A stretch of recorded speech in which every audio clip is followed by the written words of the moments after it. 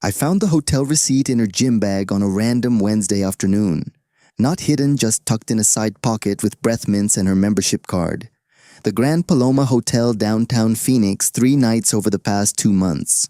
We had never stayed there together. She had never mentioned it. That single piece of paper unraveled 11 years of marriage in 30 seconds. But I did not confront her, did not ask questions, did not let on that I knew anything. I just smiled at dinner that night, kissed her goodbye the next morning, and started moving every asset we owned into places she could never touch. Before I explain how I dismantled everything we built together, drop a comment with where you are watching from. Hit that like button and subscribe, because what I did over the next 4 months was surgical, calculated, and completely legal.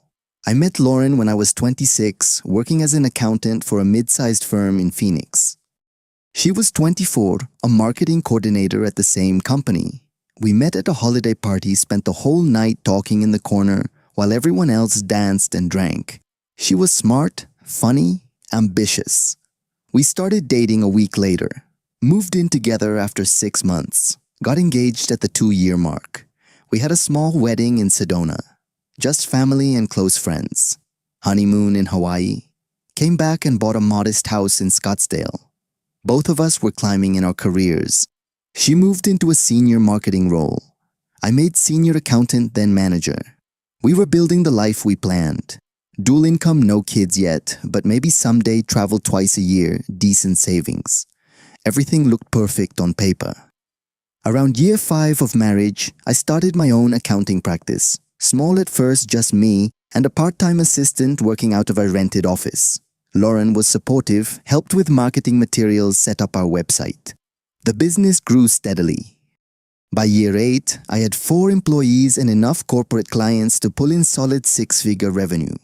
We upgraded to a bigger house, bought new cars, started talking seriously about having kids. Lauren's career was thriving too. She had moved to a director position at a different company, managing a team of 6 handling major campaigns. She traveled occasionally for conferences and client meetings. I trusted her completely. Never questioned late nights at the office or weekend work sessions. We were both ambitious professionals. That came with demands. Looking back now, I can see when things shifted.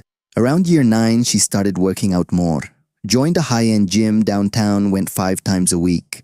Bought new workout clothes, changed her hairstyle, seemed more conscious about her appearance. I thought she was just taking better care of herself. Supported it completely. Even got a membership at the same gym, though we rarely went together because of our schedules.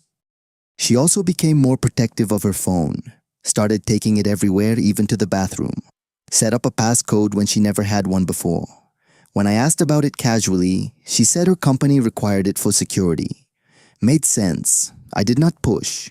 Around that same time, she started picking up extra evening and weekend commitments. Networking events, client dinners, strategy sessions. Always had an explanation. Always seemed legitimate. Our physical relationship cooled.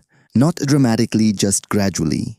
She was always tired, stressed from work, dealing with a headache. Once a week became once every 2 weeks, then once a month. I mentioned it a few times. She promised we would work on it, that once her big campaign launched things would calm down. I believed her because I wanted to. Because questioning it meant facing something I was not ready to face. Then came the Wednesday that changed everything. Lauren had mentioned that morning she was going to the gym after work, would be home around 7:30. I got home around 5, realized I forgot my laptop at the office, headed back out. On my way, I remembered Lauren had borrowed my tablet for a presentation and left it in her gym bag. I needed a file from my cloud that I could access from the tablet. I grabbed her bag from the closet, unzipped it to find the tablet. That is when the receipt fell out. White paper folded once. The Grand Paloma Hotel. Room charge $237. Dated 3 weeks prior. A Thursday. Lauren had told me she was at a marketing conference that night. Said she stayed at the venue hotel. But this receipt was from a different hotel entirely. My hands started shaking. I looked through the bag more carefully. Found 2 more receipts. Same hotel. Different dates. All nights Lauren said she was traveling for work or staying late at the office. I sat on the bedroom floor, holding those receipts, feeling my entire reality crack apart. I could have confronted her right then, could have waited for her to get home and demanded explanations. But something stopped me. Maybe it was the accountant in me. The part that analyzes before acting, the part that gathers all the data before drawing conclusions. I needed to know more before I made any moves.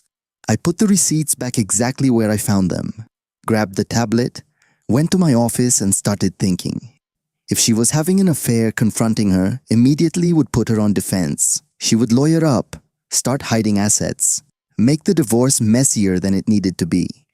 But if I stayed quiet, gathered evidence, and prepared strategically, I could control the outcome. I decided to investigate before acting. I needed proof. Real, undeniable proof. Not just hotel receipts that could theoretically be explained away. I needed to know who, how long, and how serious. Only then could I decide my next move. I hired a private investigator the next day, a woman named Patricia, who came recommended by a lawyer I knew. I explained the situation, showed her the receipts. She said she could follow Lauren, document her activities, find out if there was someone else. I gave her 2 weeks and a retainer of $3,000. During those 2 weeks, I acted completely normal at home. Kissed Lauren goodbye in the mornings, asked about her day over dinner, watched shows with her in the evening, made plans for an upcoming trip to San Diego. She had no idea I knew anything. No idea I was having her followed. No idea her entire world was about to collapse. Patricia called me after 10 days, said she had everything I needed. We met at a coffee shop far from my neighborhood. She handed me a folder. Photos, timestamps, detailed notes. My wife and a man I did not recognize. Meeting at the Grand Paloma 3 times over the 10-day surveillance period. Entering together. Leaving separately hours later. Kissing in the parking garage, his hand on her lower back as they walked to the elevator. Patricia had identified him. His name was Troy. He was a creative director at the agency Lauren worked with on campaigns. Married, 2 kids. They had been working together for over a year. Based on credit card records Patricia was able to access through some methods I did not ask about, the affair had been going on for at least 8 months, maybe longer. I sat in my car after that meeting and felt nothing. Not rage, not sadness, just cold calculation. My wife of 11 years had been sleeping with someone else for most of the past year, had lied to my face repeatedly, had kissed me goodnight after spending afternoons in hotel rooms with another man. The betrayal was complete, and it required an equally complete response. I called a divorce attorney that afternoon. Not just any attorney, the best one in Phoenix. A man named Richard, who had a reputation for being ruthless and thorough. I showed him everything. The receipts, the surveillance photos, the timeline. He looked at it all and said, I had an airtight case for fault-based divorce due to adultery. That Arizona was a community property state, but infidelity could impact how things were divided. Richard asked me what I wanted. I said I wanted to protect everything I had built. My business, my assets, my reputation. I wanted her to get as little as possible. And I wanted to do it in a way that she never saw coming. Richard smiled, said he could make that happen. But I needed to move fast and stay quiet. No confrontations, no accusations, just strategic financial positioning while she remained oblivious. Over the next 4 months, I executed a plan Richard helped me design. First, I moved money, not illegally, not hiding it, just repositioning it in ways that were legitimate but protected. I maxed out contributions to my retirement accounts, paid down business debt using joint account funds which increased my business equity and decreased liquid marital assets. I prepaid a year of business expenses, bought new equipment for the office that I genuinely needed but had been putting off. All legal, all documented, all reducing the pool of divisible assets. I also started documenting everything about Lauren's spending, her shopping habits, her salon visits, her expensive gym membership. Building a record that showed she lived beyond her income and relied on my earnings. Richard said this would matter when calculating support. At the same time, I acted like the perfect husband at home. Planned a weekend getaway to Santa Fe for our anniversary. Bought her flowers randomly. Told her I loved her. She seemed happy. Relieved even. Like she thought she was getting away with everything. That made it easier to keep the mask on. During this time, Lauren continued the affair. Patricia confirmed Troy and Lauren met at least twice a week, sometimes at the hotel, sometimes at his condo when his wife was out of town. They were not being careful. They thought they were invisible. That arrogance would cost them both. 3 months into my preparation, I was ready. Assets protected. Evidence organized. Attorney primed. I just needed the right moment to move. Then Lauren made a mistake. She left her laptop open one evening while she took a shower. I saw an email notification pop up from Troy. The preview said, "I love you too. Cannot wait for this weekend." I opened the laptop, read through months of emails. They were not just having an affair. They were planning a future.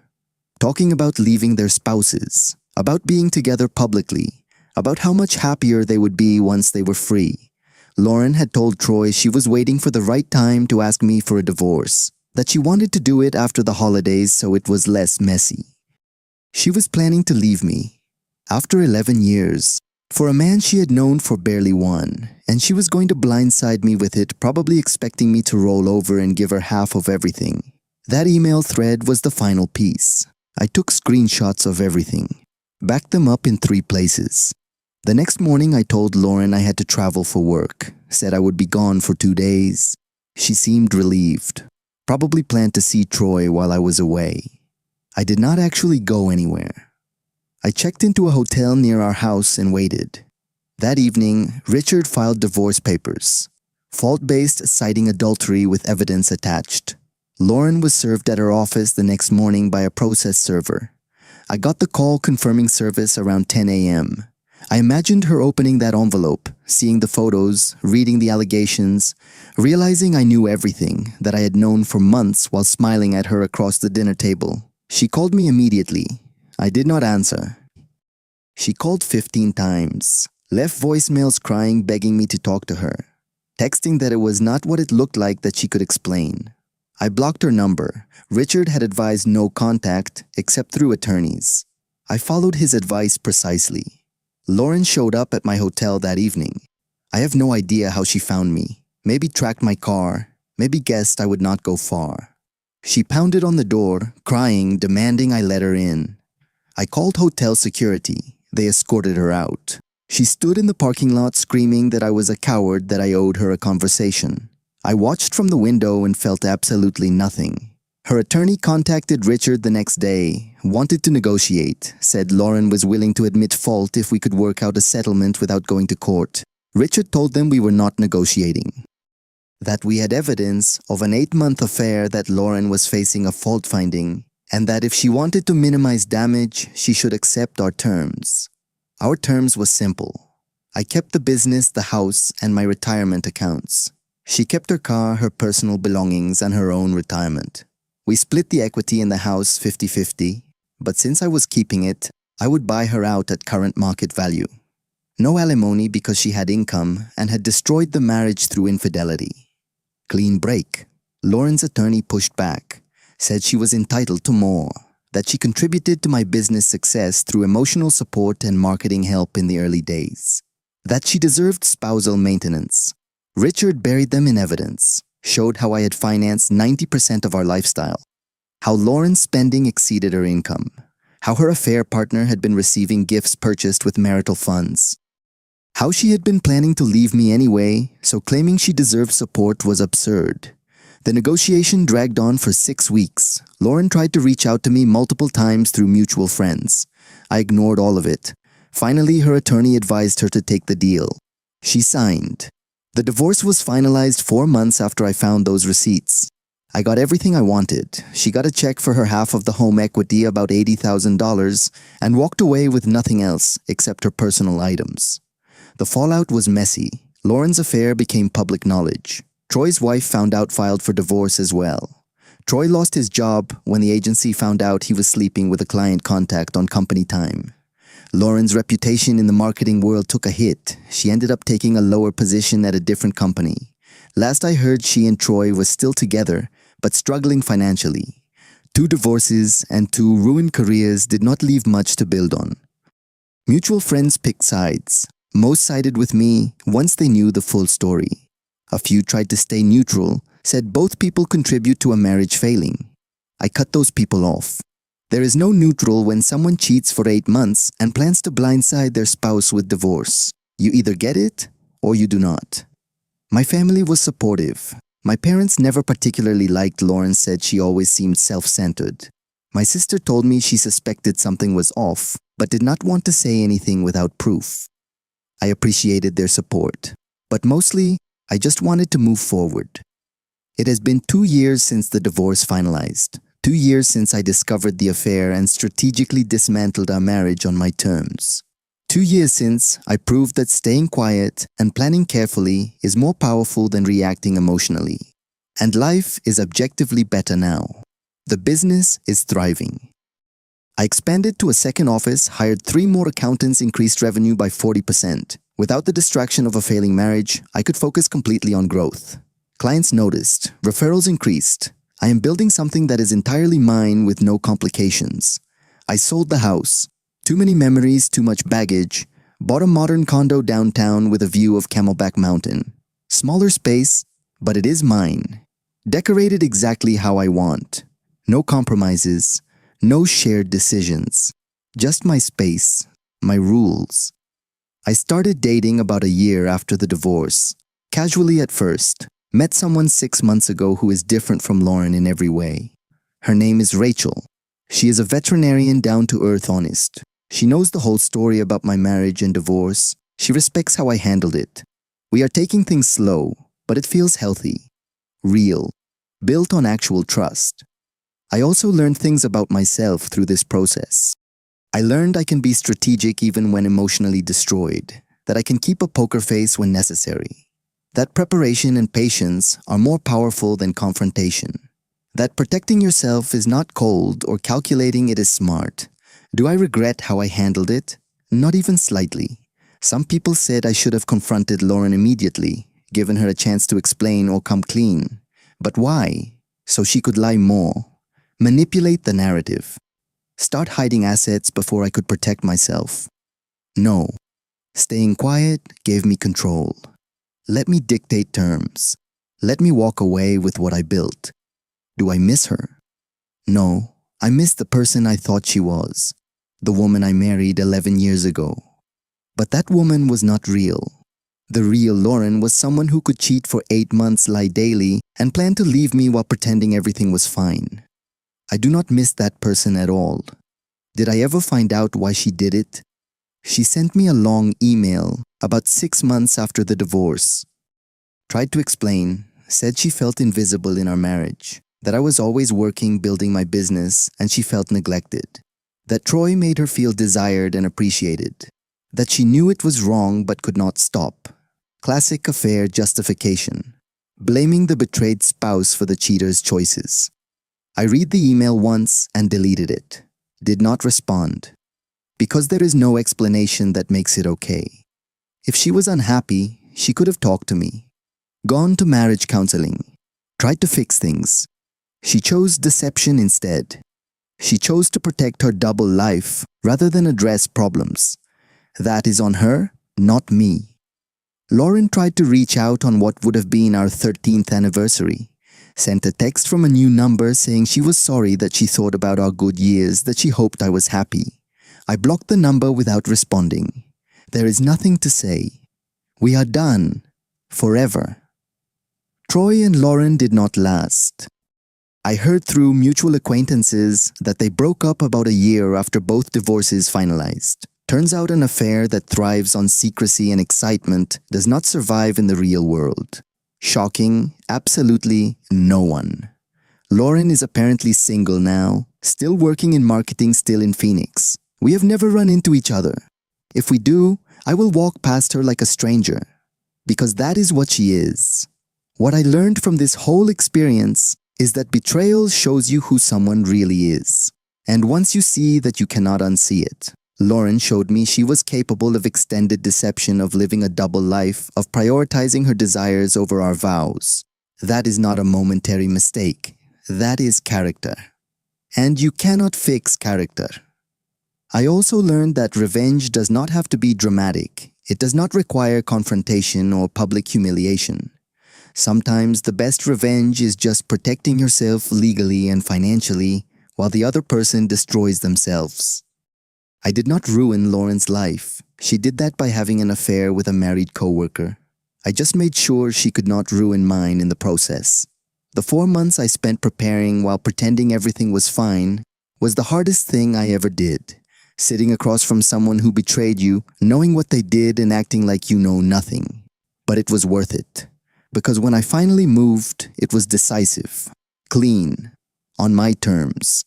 She never had a chance to regroup or strategize. By the time she knew, I knew the game was already over. To anyone discovering infidelity right now, hear this. Your first instinct will be to confront, to demand explanations, to react emotionally. Resist that urge. Take a breath. Document everything. Consult an attorney before you say a word. Protect your assets before your spouse knows you know. Because the person who moves first in a divorce usually moves best. And the person who stays calm usually wins. Some people will call this cold. They will say, marriage deserves more than strategic exits. But those people have not been lied to for 8 months, have not discovered their spouse was planning to blindside them with divorce, have not had to sit at dinner pretending everything is fine while knowing the person across from you is betraying you. When you are in that situation, survival is not cold, it is necessary. I am 39 now, divorced, business owner, dating someone I actually trust, living in a space that is entirely mine, making decisions that only affect me, building a life that no one can take away because I protected it properly. And every day, I wake up grateful that I found those hotel receipts, because they set me free from someone who would have eventually destroyed me financially and emotionally. Lauren thought she was getting away with it, thought I was oblivious, thought she could plan her exit on her timeline and leave me scrambling. She was wrong. And the look on her face when she got served, when she realized I knew everything and had been preparing for months, that is a memory I will carry forever. Not with satisfaction exactly, but with certainty that I did what I needed to do. So here I am, 2 years later, stronger, wiser, more careful about who I trust, but also more confident that I can handle whatever comes my way. Because I already survived the worst betrayal possible and came out ahead. And that knowledge is worth more than any marriage certificate ever was. Have you ever discovered a partner was cheating and had to decide whether to confront immediately or stay quiet and plan? What would you do if you found evidence of an affair today? Drop your thoughts in the comments. If this story resonated with you, hit that like button and share it with someone who might be going through something similar.